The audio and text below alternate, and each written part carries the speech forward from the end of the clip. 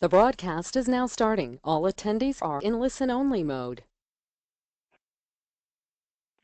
Hello, everyone. I'm Fred Wergeles, Webinar Coordinator for the Special Libraries Association Competitive Intelligence Division. Welcome to our webinar, Understanding Your Competition Through a Financial Lens with Ryan McCumber. We'd like to thank Aurora WDC for hosting our webinar today. And before we start, I'd like to cover just a few things. For those of you on the phone, your lines will be muted, and please ask questions through the Q&A window on your computer screen, and we will address them in the middle and end of the webinar. The webinar is being recorded, and the slide deck will be provided at a later date. So thank you for taking the opportunity to catch this presentation live.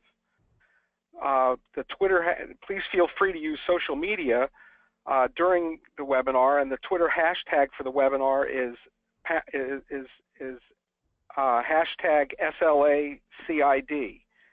Now I'd like to introduce our speaker, Ryan McCumber. He has worked for Best Buy for 10 years and in the Competitive Intelligence and Industry Insights Group since 2011. Ryan focuses on competitive, macroeconomic, and consumer trends that impact the retail industry, in addition to providing marketplace research and analysis for strategic projects throughout the enterprise. And like I had said earlier, during the webinar, please enter your questions in the questions area, and we will answer them at the end of the webinar. And with that, I'll turn it over to Ryan to start the discussion. Okay, thanks, Fred. Happy to be here. Thanks everybody for joining. Hopefully you find this informative and as interesting as a finance presentation can be. So we'll move right into sort of a pretty simple agenda here. We'll start with a little background. Then we'll get into the question of why finance, with the intent being this is not to be a Finance 101 course, rather it'll hopefully convince you that finance can be a valuable addition to your CI arsenal. And then after that, hopefully after we convince you that that is true, then we'll move into some thoughts and ideas on how you can work with your finance team. We'll work through some frameworks and some thought starters, how to speak the language, if you will. And then finally, we'll get to a case study that leverages some of the thoughts and frameworks within this presentation that we went through a couple of years ago, myself and my former boss, Phil Britton, who taught me most of everything I know in this space. So here we go. First, sort of the obligatory background. I work for Best Buy. We're a consumer electronics and appliances company founded in 1966. Just so happens that we're celebrating our 50th anniversary this year, so you might see some of that in our advertisements and such. That's a big deal around these parts.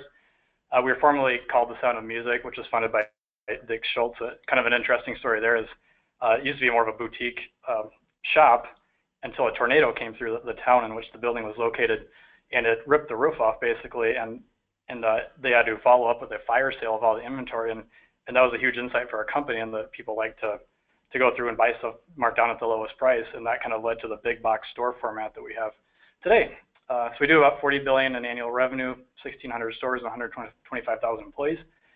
And where we reside within the company, I always find this kind of interesting. I like to talk to other people about where they are placed within the company, because there doesn't seem to be a consistent spot for CI. Some people have it in finance, some people have it in marketing, some it's its own standalone group. So as you start at the top of our company with the CEO, and then wiggle down to the CMO. Under the CMO is this group called Personalization and Strategy, marketing strategy specifically. And then within that group, there's a group called Enterprise Research, which houses our primary research folks, which are the folks who go out and do the focus groups and talk to consumers and put together a lot of surveys and such. And the Competitive and Industry Insights group, which is the group that I'm in, where we match up with the primary research group and add the lens of what's going on with the competition, the macro environment, and such. Okay, so getting into why finance. I think what you'll find is there are a lot of uses for finance that aren't just bookkeeping and accounting, and hopefully you'll see some of those within this presentation. What I've sort of developed first here is a checklist of sorts of, if you answer yes to any of these, then likely you should talk to your finance partners, or you might need help from your finance folks. So we'll start with that. We'll move on here. So the top 10 signs that you might need help from your finance partners. The first one being, you think COGS is a style of wooden shoe.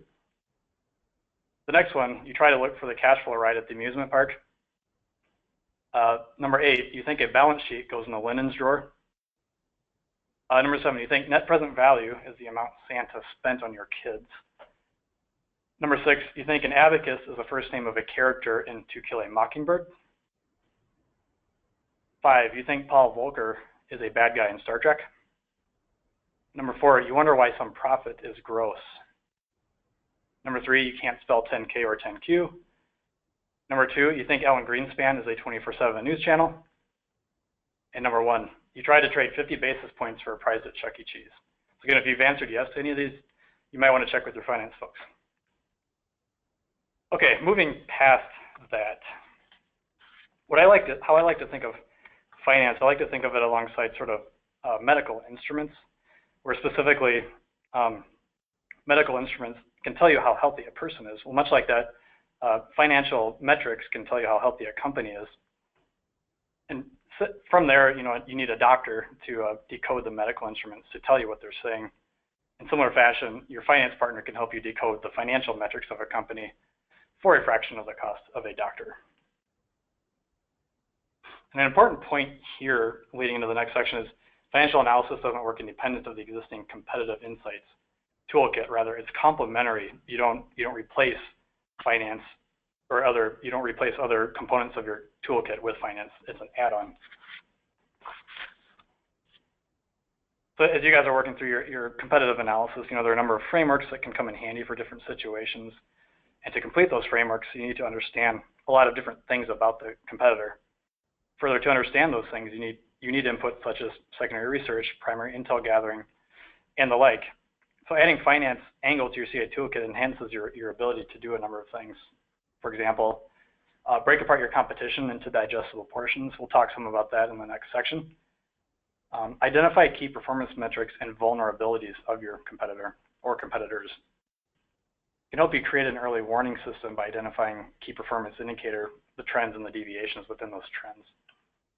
It can help you connect competitor actions to results, which I think is one of the maybe the most important thing that this helps enable. In the scenario plan, does a company have enough money to do something that they're talking about, for example? Okay, that all may sound great, but how do you actually work with your finance partners? What are some ways you can approach them to talk about maybe this partnership if it doesn't already exist? Simply put, a framework, I think, can help sort of facilitate this. And within this framework, I think it's important to take a step way back to the very simplest form of why a company exists, and more or less that is to make money in some form or fashion. So that's kind of a baseline understanding that the finance folks thinking. And further on, financial results help you understand how well or not well a company is doing at making money. And to make money, you start digging in a little bit and I start asking questions, well, how does a company actually make money? Simply put, the first thing they do is they serve customers. They sell things to customers, they treat them well, hopefully they come back. Whether you're a retailer or a manufacturer, everybody has customers that they have to sell to. To serve those customers, you have sort of a row of stakeholders that help you, that you partner with to serve your customers. One being suppliers, the people you buy your product or raw materials from. You have to pay them to enable to resell that product. Then you kind of move down the line to your employees. Clearly you have to pay your employees a wage, and you have your landlords. You have to pay your landlords for the property that you reside on. And there are other things like electric bills and a whole host of other things that help you stand your business up. So after you've made your revenue and you paid your suppliers and your employees and landlords, there's a bucket of money left over. And the next in order come the banks, if you will, where you may have some loans outstanding, much like your mortgage, where you have to pay interest on those loans. So some of your money gets siphoned off into that. And then you move further down, the government steps in the form of taxes. So more money is siphoned off to Uncle Sam. So when you get to this point, hopefully there's even money left over after this. And then companies have a decision to make, whether you're a public or private company. And that decision is what to do with the funds that you have left over. And you can boil it down to really business reinvestment in the form of capital expenditures, or payouts to your stakeholders in the form of dividends or stock buybacks. And we'll talk a little bit about this later, but how the companies choose to dole out their money at the end tells you a lot about where that company might be in their growth pattern. A mature company is likely paying out more money back to their shareholders, whereas a growth company is likely reinvesting more of their money back into the business and not paying much out to shareholders at this point. So what kind of shakes out after that is this metric called cash flow, which most of you likely heard of, but it's basically how much cash is available after all obligations are met. So once you have that basic level of understanding with your finance folks, and you think of things like customers, you think of customers, finance folks think of revenue. You think of employees, finance folks think of wages. You think of product, finance folks are thinking of COGS. You can take that framework and start with cash flow and work backwards with the goal of understanding your competitor in components, if you will. So since every company's goal is to make money, understanding how they make money becomes important. And a systemic way to do this is to break the business into the financial components, then into drivers or KPIs, and finally add your own understanding of the company, which we'll walk through in a minute. And there may be a few bits of information where you and your finance partners have to work closely to estimate, as you'll see in a little bit here. You do this through making assumptions, doing competitive research, and such. So at this point, every company's goal is to generate cash flow. You can think of a few high-level questions at this point, just to kind of get the thought process going. So one question might be, is the company generating cash flow? Simply put, why or why not? How does a company typically generate cash flow? And what are key vulnerabilities keeping it from generating cash flow? So moving from there, you take a couple clicks down and peel the layers back a little bit into the components of the path a company takes to generate cash flow. The first level of that, starts with revenue, and then the costs, and then what the company does, the decisions the company takes with its money. So when I think of, revenue is pretty simple. You sell stuff to customers. For costs, I like to break them simply at the first level into two components: variable costs and fixed costs. Variable costs are costs that move with revenue. So there are things like what you pay for product. The more you sell, the more you have to pay the vendors for products. To a certain extent, maybe even labor, the hourly labor. The more you sell, the bigger you get, the more your labor increases. Whereas fixed costs are costs that are largely independent of revenue. Things like your building costs or your management team, salaried individuals. They're sort of baseline costs that a company just has to pay, even if, if they don't open their stores, they're still paying these costs. So then you can, once you think about the revenue and costs in these components, you can move on to the next level and start figuring out what are these costs made up of. So revenue, for example, within retail are made up of transactions and then revenue per transaction. Variable costs, as I mentioned, are things like materials costs or cost of goods sold and hourly labor. Fixed costs are things like facilities costs and management costs. And then you can start asking yourself another level of questions, a little bit more granular. For example, does your competitor rely more on volume or lower costs to make money?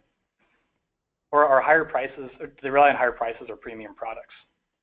Does your competitor operate in a lean manner? Are they a Costco where they minimize costs and pass that savings on to the customers and hope that customers just buy more and more stuff? Are they struggling in a particular financial area? As you can see, you can start to isolate components of the company. Maybe they're making their revenue targets, but their costs are higher than they planned for, so that you might predict them that they will cut back on costs, which could impact their revenue generation abilities. Okay, from there, then you drill even deeper into a set of metrics, which are commonly known as driver metrics or KPIs. They're known as driver metrics because they essentially drive the financial metrics. And once you get to this level, you may as well pull up a chair in the boardroom of a company, because this is likely the level of detail that they're discussing when they performance manage their business. Further, these KPIs can also be seen as key points of vulnerability for a company. For example, company transactions consist of sort of chances and close rate, meaning you have a certain level of traffic in your retail store and you're trying to close as many of those sales as possible. Or you can start asking questions like, are wages too high? Are they not drawing enough traffic? Are they drawing traffic but failing to close on that traffic? So again, if your competitor is struggling, where and why are they struggling? Are they not drawing enough customers? Do they have too much management, too many stores? So again, they might have the revenue they need, but the costs that they're incurring to generate that revenue might be too high and will force decisions to be made about the company strategy. And then finally, the fun part comes in, where you start marrying up what you know about the competition from your competitive research from your other toolkits, things like elicitation, store visits, or news research, what have you. You start combining that with the drivers and KPIs that you're aware of around that company. Things like traffic or sales leads tie back to a company's awareness initiatives or levels of promotion. Close rate might tie back to employee training or product availability. Are the employees just not that good in the stores? They might have a good product, but the employees just are not good at closing the sale.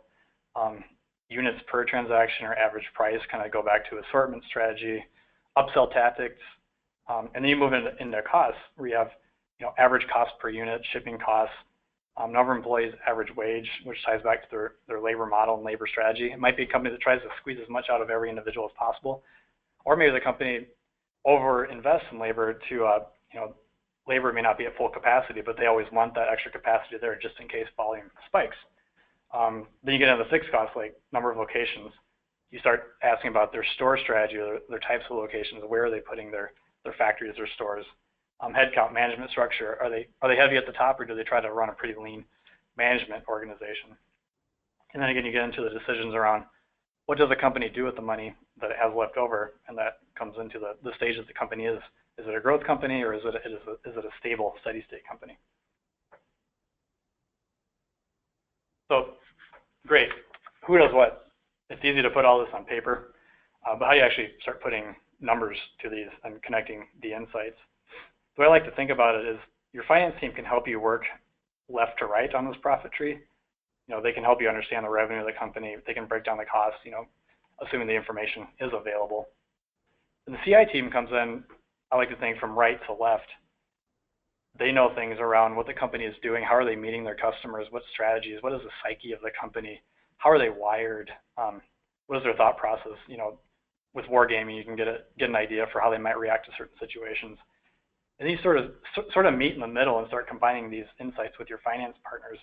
In this middle row of drivers and KPIs, that's where a lot of the information may not be readily available. That's where the CI team can really come in handy as well to help estimate some of these numbers for the finance team to help build out this understanding of your competition. So once you do this, now you've got this tree with values and insights that you can isolate components of the company and really look a little deeper into, if they're not generating cash flow, you can understand what's good about the company and what's bad about the company, and perhaps develop strategies on where to attack, if you will, or things to watch within that company that might be red flags for a divestiture or company going out of business, what have you. So we've gone pretty deep into this. I always like to take a step back out and rethink about the metrics in a different way, just to kind of reconnect to the higher level thought through this. So you've got this group of revenue metrics and this group of costs, and they play off of each other. So Newton would say, to every action, there's always an equal and opposite reaction. Well, in business, it's a little bit different. To every action, there is hopefully an unequal and opposite reaction. What that means is most strategic decisions involve an inherent trade-off between revenue and cost-profit rate metrics. The idea is to leverage costs to produce disproportionate revenue. Examples include, you increase your advertising spend in hopes of increasing revenue by more than your increase in advertising spend. Or you sacrifice gross margin by cutting prices in hopes of driving close rates and traffic. So again, it's a game of trade-offs. Great, we've covered the framework, some of the ways in which you talk to your finance folks and how you might work together. Let's apply this to 4 of the largest retailers on the planet. And why retail? Well, for one, most everybody shops in retail stores. It's a common level of understanding, and I apologize to say that's all I know. So I've only worked in retail, so you'll have to put up with that, unfortunately. So here's the profit tree again. In 4 of the largest retailers in the country, take a moment and think about how each of these retailers might approach this profit tree. And each one does approach the profit tree differently.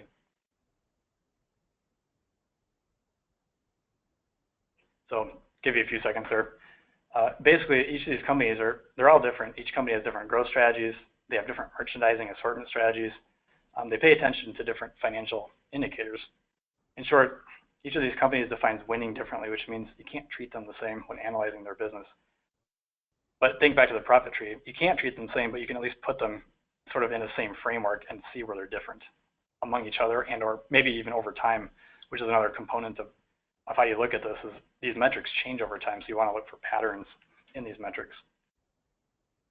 So an example is their assortment. We talked a little bit about how assortment might tie to cost and revenue.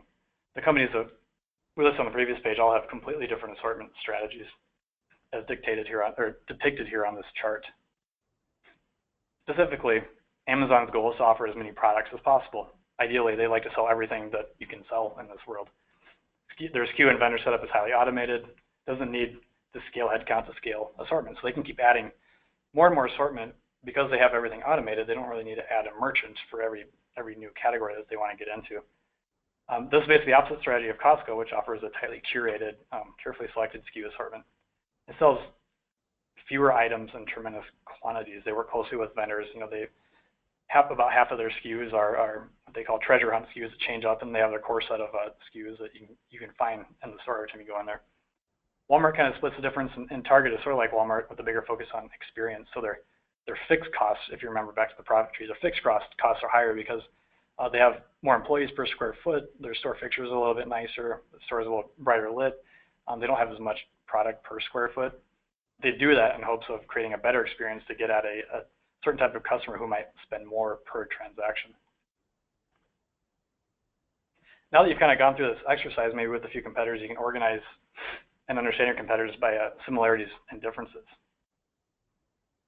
One way we like to do this, we call it the retail pentagon, but really you can apply it to any industry. So in other words, the insert industry pentagon could be an effective way to do this. And what you do is as you go through this exercise and understanding your competition, and you might start to understand what are 4 or 5 key points of differentiation within your industry, and how do companies approach those points of differentiation differently. In retail, it's assortment, price, level of service, convenience, and experience.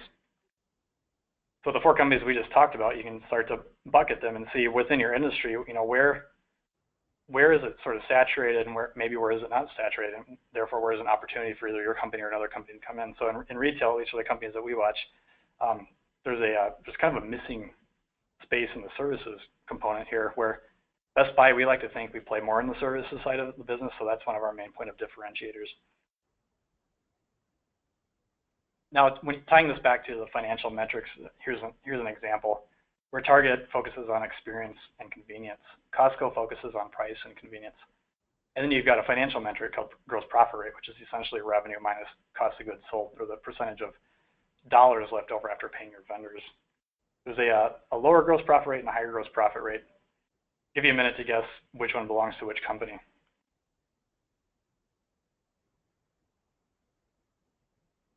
So the higher gross profit rate belongs to Target, and the lower gross profit rate belongs to Costco. Why is that? Well, this is where you start to leverage your understanding of the company through your other CI toolkits and sort of connect the behavior to how the company shows up financially. So we know Target focuses on experience. It's more costly and therefore requires the company to drive higher margins. Because their fixed costs are higher, they need to make more revenue per dollar. They need to make more profit per dollar sold. Whereas Costco, their focus is on low prices, and that results in low margins, but is made up for in volume and a lean cost structure. So their fixed cost base is much lower than Target, but they pass the savings on to the customer, so they don't make as much profit for every dollar sold, but they basically sell more dollars. They have more throughput, in other words, if you think about it in manufacturing terms. So key points as we wrap up this section is the most valuable part of this framework isn't actually the framework or filling in the framework. It's the true value comes from the effort and process of completing the framework. So again, we talked about you may not get it. You may not be able to get at every last metric for each company due to the lack of information, or you don't feel comfortable estimating it, perhaps. But you're thinking about it at least, and you're thinking at a very deep level about the company and how your observations tie back to it. You're thinking about how your observations might tie to a specific financial component of the company. So hopefully out of it, maybe you get a cool profit tree to work with and isolate the company, but the thought process that goes into it and comes out of it, in my mind, is even more valuable than frankly the numbers that result from it. Okay, now that we've gone through all that, Fred, I don't know if we want to. You mentioned pausing in the middle of the presentation for questions. Do we want to? I Here for don't a minute, think we have any questions yet. If anybody does, please put them into the chat space. But we don't have any yet. So why don't you just press on, Ryan, and then when we get them, we will at the end we'll address them. Perfect. Onward and upward. Okay, case study time. Again, I mentioned earlier in the presentation that a couple of years ago we went through an exercise that leveraged components of this framework and some thought processes within this framework. Specifically, the issue was Amazon was frankly taking over the world. They're growing leaps and bounds, taking sales from other people. So we wanted to build a deeper understanding of Amazon, specifically how are they wired, what is their psyche, and how does that relate to their financial model, and then compare that to other retailers, ultimately for purposes of educating key decision makers within the company and giving them a deeper level of understanding around our environment and Amazon specifically. So the first thing we did was we wanted to understand Amazon's psyche. How are they wired? What approach do they take to their business? And what we found is a good way to understand a company's psyche is really to understand either their founder or who's in charge, their CEO. Through quotes is actually seemingly a good way to do this. So to understand Amazon, we wanted to understand Jeff Bezos, their CEO and founder. So a few quotes from him. We've done price elasticity studies, and the answer is always that we should raise prices. By keeping our prices very, very low, we earn the trust with customers, so speaking to a longer-term relationship. And that actually does maximize our free cash flow over the long term. We're stubborn on vision, flexible on details. So again, thinking at a higher level, longer-term strategic approach to the company. We see our customers as invited guests to a party, and we're the host. So they treat their customers better than anybody, as they treat their family, perhaps. We always start with the customer and work backwards. So you start to see some themes here. Strategic in nature, customer-centric. A brand for a company is like its reputation for a person. You earn that reputation by trying to do hard things well. So translated that, they're helping customers do hard things easy. Easy transactions, find everything you want in one location, personalized experience. We can't be in survival mode. We have to be in growth mode all the time. So Amazon is always on the offensive. They're not on the defensive. And the two kinds of companies, those that work to try to charge more, and those who work to charge less. They want to be the second. They want to work to charge less because that ties back to the longer-term relationship with the companies, with their customers. Finally, if we can keep our competitors focused on us while we stay focused on the customer, ultimately we're turn out all right. So the funny thing about this is here we are looking at Amazon, almost playing right into their trap, if you will, but they're a necessary evil within our marketplace that we have to understand. So as an aside joke, Amazon actually bought the rights to the web address relentless.com, so that speaks to they're relentless about everything they do. So if you actually search for Relentless, you'll find a site owned by Amazon. So as we dug a little deeper, we found that their financial goals reflect their psyche. And one of the quotes, Jeff Bezos mentioned this thing called free cash flow, and they say it right in their financial documents that the long-term goal is to optimize free cash flow. And the word optimize, you can key on that. It's not to necessarily maximize free cash flow, it's to optimize free cash flow. So what does free cash flow actually mean? Basically, it's do a bunch of stuff to make money, invest all that money back into the business to improve the customer experience.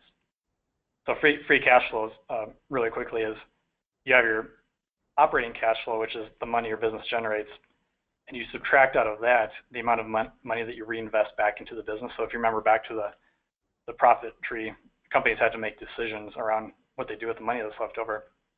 Amazon makes a decision to invest their cash flow back into the business, and that's reflected in free cash flow. So how does Amazon actually make money? Did some more research, and to understand, basically Amazon's model for making money, they have this thing called the FLYWHEEL, which is something that Jeff Bezos actually wrote on a napkin, apparently, in a bar. And it's basically this virtuous cycle, with growth being the main goal, but you get to growth by creating an efficient company, expanding assortment, lowering prices. It leads to traffic.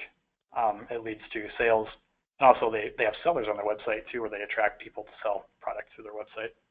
So their growth formula is really three things. It's selection, price, value, customer experience. And their strategic focus is really driving traffic, enhancing selection, providing value, personalized experience. And another quote, again, to help us understand Amazon's psyche, from Jeff Bezos. Every time the math tells you shouldn't lower prices because you're going to make less money, that's undoubtedly true in the current quarter, in the current year, but it's probably not true over a 10-year period. speaking to, they really don't like to raise prices. Lower prices lure customers for the long term. Okay, so we've understood Amazon's psyche, how they approach their business. They think long term. They're very strategic in nature. They're very customer centric. They don't try to sacrifice short term, gain for long term pain, if you will. So we started trying to tie this back to their financials, and because they say cash flow is one of their key metrics, well, we started watching cash flow and free cash flow specifically. So this is one of the charts that we looked at. What this is showing in blue is Amazon's cash from operations, which I talked about is essentially the cash thrown off by their ongoing business of the company. And then free cash flow, which you take operating cash flow and subtract out the amount of money invested back into the business. And you see this around 2010, the two numbers flowed together, mostly because Amazon wasn't investing a ton of money back into the business. They made a strategic pivot and decision to invest for the longer term. So you started to see free cash flow deviate from operating cash flow. And actually, right out of their 2012 earnings, the trailing 12-month free cash flow decreased 81%. And that was what we knew about Amazon, is that was largely self-induced because they were investing for the future. That was okay, and they had a good Wall Street to sell, or a good story to sell Wall Street. And they even said that the increase in capital expenditures reflects additional investments to support the continued business growth. So again, this was a strategic decision. Some people might look at this on the surface and conclude that Amazon is quickly heading out of business, but that couldn't be further from the truth.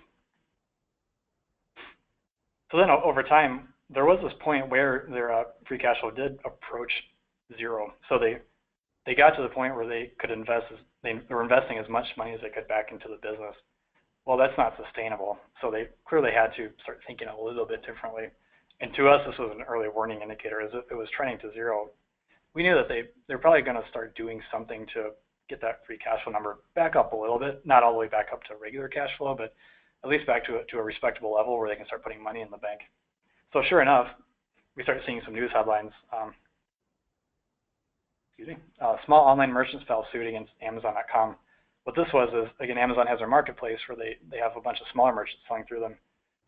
Amazon apparently wasn't paying the merchants the revenue that they were due. They're extending the payment terms and such for Amazon. The benefit of that is to keep their payables cycle higher so they can hold on to the cash longer. eBay takes aim at Amazon with new seller fees, so then there's a strategic response. eBay lowered their seller fees to try to lure some sellers away from Amazon. Amazon Prime fee jumps to $99, which many of you may have experienced. Amazon.com has invested $13.9 billion in warehouses since 2010, so a lot of their business was wrapped up in expanding their distribution network to get products to customers more quickly. Well, turns out Amazon knew what they were doing. The price hike for Prime worked. That increased $20, but the membership actually started a hockey stick. I think perhaps people started to realize the actual value of Prime because attention was drawn to the price and the real value they were getting out of the Prime memberships. And they got a handle on their shipping costs. Their shipping cost is always a focal point for Amazon because they distribute so many products and ship so many products. Their shipping costs as a percentage of revenue started to decrease. They built out their network and became more efficient delivering products. So speaking of cost, recall the framework and that concept of cost leverage. So a Wall Street analyst observed as he was watching Amazon in 2012, stating, "It looks like you have successfully begun the transition of your logistics costs in the direction of being more of a fixed fulfillment cost with lower unit-based shipping costs." What he's speaking to, the question he was asking Amazon during the earnings call was, before your shipping costs were largely variable in nature, the more you sold, the more your shipping costs went up because you're relying on FedEx and UPS and the U.S. Postal Service to deliver your products. Well, by building out more warehouses, they took ownership of those shipping costs. And what that did was transition more of their costs from variable costs to fixed costs. And they're doing this because they knew that the revenue is growing immensely. So if they could turn their shipping costs into more fixed costs that they spread out over more volume, eventually more money is going to drop to the bottom line versus a variable cost structure where every dollar made, the same amount is coming out of that dollar to pay your partners and vendors and such. So we moved on to compare Amazon to some other companies, looking at their financials and psyche. And the differences really did become apparent. This chart is showing net income percent of revenue, so more or less how much money was left over after all the bills were paid. Companies like Walmart and Costco focus on costs while maintaining fairly predictable business models, and the results show that. Walmart's net income rate and Costco's net income rate were pretty consistent, and you can see Amazon, on the other hand, their net income rate was jumping all around. You can see the dropout, around the 2010 timeframe there, where they made a decision to essentially operate at a break-even level to reinvest money back into their business. Kind of looks like the route of a drunken sailor might take on his quest. So much like Amazon moving on to Costco, Costco's razor-thin financial strategy reflects the mentality of its leadership. So again, going back to some quotes from their CEO, Jim Sinegal, we're low-cost operators, and it would be, it would be a little phony if we tried to pretend that we're not, and all the trappings. We want to turn our inventory faster than our people. This speaks to, they just want volume moving through their business because they have a low cost structure. The more volume, the better. We pay much better than Walmart. That's not altruism, it's good business. So this kind of goes, to some extent, goes against their low cost structure, but they've really placed a value on paying their employees well and creating that good customer experience because, frankly, there's nothing else shiny about Costco that it's a warehouse with some products. What we can expect is happy employees, which, they actually get a more of an affluent customer largely because of that. Paying good wages is not an opposite of productivity, which basically states what I just said in their words. Competition makes you stronger. If our top competitor didn't exist, we'd have to make them up. So what's interesting about this, if you think back to the Jeff Bezos quote, where they want the competition to focus on them, they're just going to focus on themselves. Costco sort of takes a different approach to, they feed off of competition. They want to see what the competition is doing, so they know where they stand in the rankings, if you will. Costco's model, we talked a little bit about this, but their product mix, treasures and triggers, a little off. I said half and half, but about a quarter of their assortment is treasures, stuff that changes every time you go in there, and then triggers are things that you find every time you go in there. Costco stocks only about 4,000 SKUs, stock keeping units, also known as things. The average supermarket stocks 40,000 SKUs, Walmart stocks 125,000 SKUs, and Amazon stocks over 8 million SKUs. That number is a little bit dated. They stock way more than that now. So then we dug in to try to understand how Costco actually makes money from a financial standpoint. We found was Costco about breaks even on product and makes most of its money on membership fees. So they run their retail business at break even and rely on growth in memberships and their membership fees to drop to the bottom line, essentially. And Costco's SG&A rate stays roughly between 9.9% and 10.1%. This speaks to how focused they are in maintaining their costs in relation to revenue. So you see the blue line at the bottom there is Costco's SG&A rate.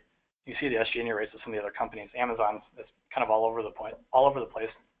Target and Walmart are pretty even, but they vary way more than Costco, whose line is very fixed. So investors know what they're going to get with Costco. And funny enough, it took a recession to budge Costco's line ever so slightly. Costco's store growth. So looking at, this is all from their 10K statement, their annual financial release. So despite pressures to scale more quickly, Costco's model is to open stores in a measured fashion. Some Amazon folks think that they should open more and more stores because their stores are, frankly, more productive than most retail stores in the industry. You can see here is a very measured approach to their store openings. Moving on, the store growth drives total sales. So as their stores have grown, their revenue has grown. Wall Street sees this and wants them to grow more and more because it's a pretty linear relationship. But what keeps Costco measured is when you look at comparable store sales growth, they may be thinking that store count is reaching a point of saturation because each incremental store that they open becomes a little less productive. So they might be thinking, well, we're reaching a point of saturation here, so maybe we're shifting more into a mature company cycle where we want to optimize our current footprint. Hypothesis is something we're watching. Some of Costco early warning indicators from this are, again, a change in SG&A. You saw how consistent their SG&A line was. Sorry. If that moved, something's up. A change in the number of new stores. Again, if they stop opening new stores, then the hypothesis may come to fruition that they feel the productivity isn't worth opening new stores. A change in same-store sales and a change in its inventory model. Moving on to Walmart, similar to Amazon's, they want to grow quickly, use scale to muscle suppliers to the lowest possible cost, acquire international players so they have a big international strategy. They're still going to save money, live better, efficient business model, pass savings on to customers. Again, it's not just Walmart's tagline, it's their mantra at their company. We've heard stories of Walmart executives even have to take out their own trash. They lower the temperature in their office buildings and such. Again, that all feeds back to reducing SG&A to grow the company. And some quotes from Sam Walton in similar fashion to understand how Walmart is wired. You can make a lot of mistakes and still recover if you run an efficient operation, or you can be brilliant and still go out of business if you're too inefficient. Give ordinary folk the chance to buy the same things as rich people. So that's their mantra, is to help the Joe Schmo, buyer buy the same things that the affluent folks are able to afford. Control your expenses better than your competition. That is where you can always find a competitive advantage. If you have a lower cost structure than your competition, then you can lower prices more than your competition. And capital isn't scarce, vision is. In other words, there's no shortage of money for them to invest in. They just need the good ideas are what they need and what they look for. Walmart's early warning indicators are top line sales growth or cost of goods sold rate. So slow growth triggers strategic changes at Walmart. So again, one of the KPIs or the early warning indicators is top line sales growth. There's a lot of news a while back about Walmart's growth slowing, as you can see here, just a quick Google search.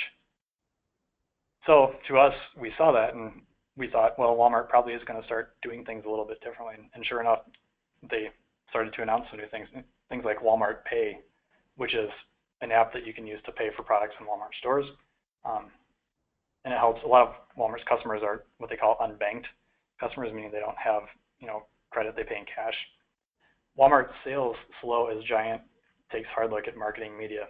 They pull back on marketing spend and media to lower their cost structure to better match up with the sales trajectory.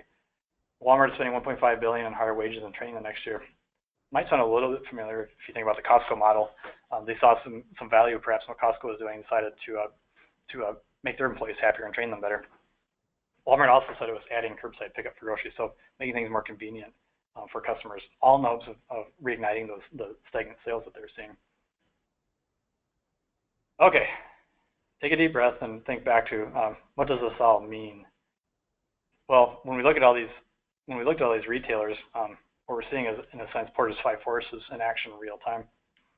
What this chart is showing is, more or less, pre-recession, for all retail sales growth, Walmart was taking a disproportionate share of that, or in other words, they're accounting for most of the retail sales growth.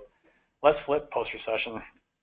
Now Amazon is taking the bulk of retail sales growth. So, for example, in 2015, they hit 40% of incremental retail sales, meaning, for every $10 increase in the retail industry, Amazon was taking about $4 of that, or responsible for about $4 of that, leaving about $6 left, for all the other retailers to fight over. So we've been through the case study, we've been through the framework. As we head into the wrapping up session here, we'll revisit some of the key points here. Again, every company, even ones that appear very similar, have a different definition of winning. Find the key metrics that your competitors monitor and manage above all others. That'll give you something to watch and something that you can, if you see changes in those metrics, that might tip you off to a change within the company strategy. Get help from your finance department if you can't spell 10Q or wonder why someone puts the word gross in front of profit. By understanding the financial performance of a company, listening to the public comments and building the psych profiles of the companies from their company leaders, you'll be well on your way to developing an early warning system and having information to populate those CI frameworks that you work on. That brings us to the end of the presentation. So Fred, I'll pass it back to you if there are any questions. Thanks, Ryan. Yeah, I want to encourage any of the participants to forward any questions that you might have. I've got one to start off, Ryan, and that is, are there any specific tools, analytical tools, either free or fee-based, that help in analyzing the numbers? I mean, if you're not if you're not an actuary, are there some tools that you tend to use that help you out in evaluating some of the numbers, or is it basically just going to the financial statements and making the comparisons? Great question. Honestly, the tool that we always go back to is Microsoft Excel, and part of the reason for that is the information that you're pulling in to maybe populate this profit tree framework comes from so many different sources, and Excel is a great platform to bring in a lot of different data sets, run quick calculations. So I think of Excel as almost the art easel, and you're bringing in a bunch of different paints to put on that art easel. It allows you to run scenarios, make estimates, and such.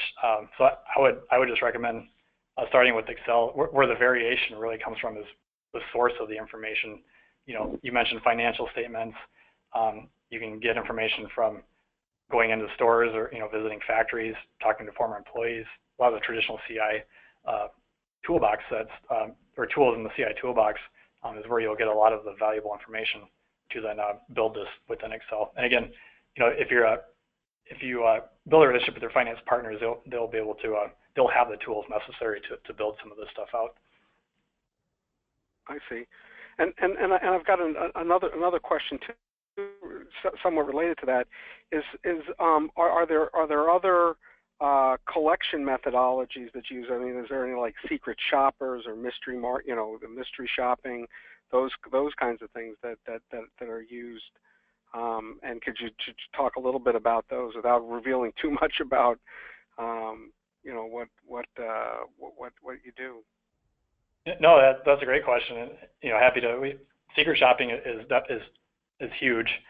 We used to have a team here of about 50 people-ish that were located all over the country, and we had people in most markets that would go into competitor stores and observe on a daily basis what's going on. And I'm happy to share that because it's a pretty common practice across retail. The unique thing about retail is everything you do shows up in a public environment, so you might as well go look at it and see what's going on. So they would look for things like, assortment changes, price changes, store layout changes, and feed it back to us here at corporate, to where we'd take all that information and aggregate it and distill it and put it into the models that we had here within Excel. So yeah, secret shopping is a huge one, but it's, in a sense, it's not really secret because it's kind of a common practice. Clearly it'd be harder in a manufacturer for pharmaceuticals. You can't just randomly walk into a manufacturing floor, but you might be able to take a tour of the factory or, again, talk to people that used to work for the companies and such. If anybody does have questions, please post them now. Okay. I just got a note. None yet. All right. Well, I think we can wrap up then. I want to thank Ryan again for his time and his insights. I want to thank Aurora WDC for sponsoring the webinar, and I also wanted to let everyone know that to check out the information on our upcoming webinar on August 30th on how intelligence portals can boost productivity. I want to thank everybody for attending, and again, thank you, Ryan, for your great talk and your insights. Thanks for having me. Thank you.